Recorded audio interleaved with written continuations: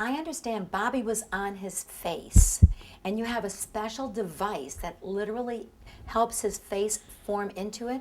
One of the challenges when you put somebody face down is how do you control their head and neck position during a case?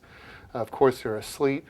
They can't tell you when their head's hurting, can't tell when their neck's hurting. You have to be sure that you don't have a problem with the breathing tube and you're able to see their eyes and their lips during the case. So the anesthesiologists have this device called a prone view, which is a mirror with a head holder.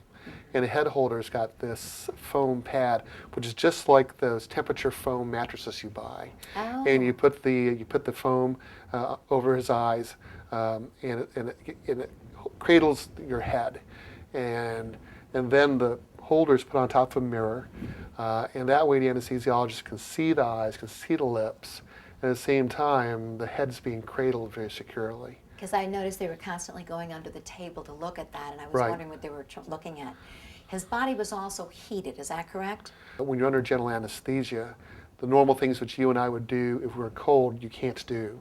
The problems with heat loss in the body are encountered normally because you can't shiver when you're under general anesthesia. And then, of course, you're naked and partially covered.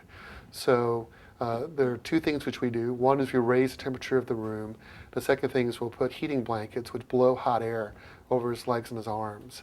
And then to raise the operating room temperature, you've got to cool the surgeons down. So we wear special cool suits to keep us cool during the surgery so we don't sweat. So there's a lot of technology going around. I also noticed that you were filtering Bobby's blood so that he could reuse his own blood. Yes, that's called a cell saver. So a lot of different ways that we can work to try to minimize blood loss. There are medications which the anesthesiologist gave Bobby to diminish his tendency to stop clotting and promote his ability to clot if he were to bleed. And then we had what's called a cell saver, which is basically just a pump and a filter system for the blood that you suck up with the suction. And then the blood is washed, it's pumped back into an IV bag, and it's transfused back into a system. The way we fix the spine, the first part is just exposing the bone. And that's quite challenging because of how twisted his body is. To try to release the muscles, you've got to not only adapt to how his body is, but also every twist and turn his spine makes. It took us about an hour or so. And then we had to remove the joints in his spine, which normally you and I would use for bending. When you release those joints, remove those joints, it increases the flexibility of his spine.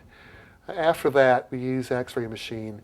We started putting screw anchors in, and those screw anchors are placed with a power drill and a power screwdriver, and we did it in every level from the bottom of his spine up to basically the base of his neck. And that took us about another hour to an hour and 10 minutes or so. Once again, it was very hard to do because of how twisted his spine was. After that, we put two more large anchors into his pelvis, and that's the foundation the rods are eventually going to rest on. When you're all done, now you've got all the anchors in place. You've got to try to get the back straight. So what I did is I took a piece of titanium rod and I cut it to the desired length and bent it to what I thought his back should be. And I started on one side of his body and I connected it down to the base to those big foundation screws and slowly started to connect it to all the other screws up on top. And it's hard to do because of how strong and stiff his back is. After a rod's been cut and bent to the desired shape, you put it into the bottom of the foundation, and then you start to slowly bring the spine to the rod. And that's done with a variety of different measures, such as little screws, little jacks. We've got various instruments that allow us to slowly persuade the spine very slowly to the rod.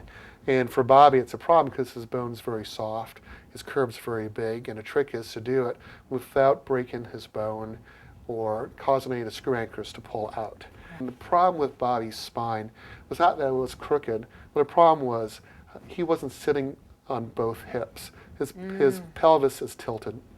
He was tilted. He was sitting basically on his left cheek. And that was very difficult for him to be able to sit comfortably. My goal was to try to get him to a point where he will sit squarely on both legs. His spine would be straight enough where his head is centered over his hips and his shoulders are level.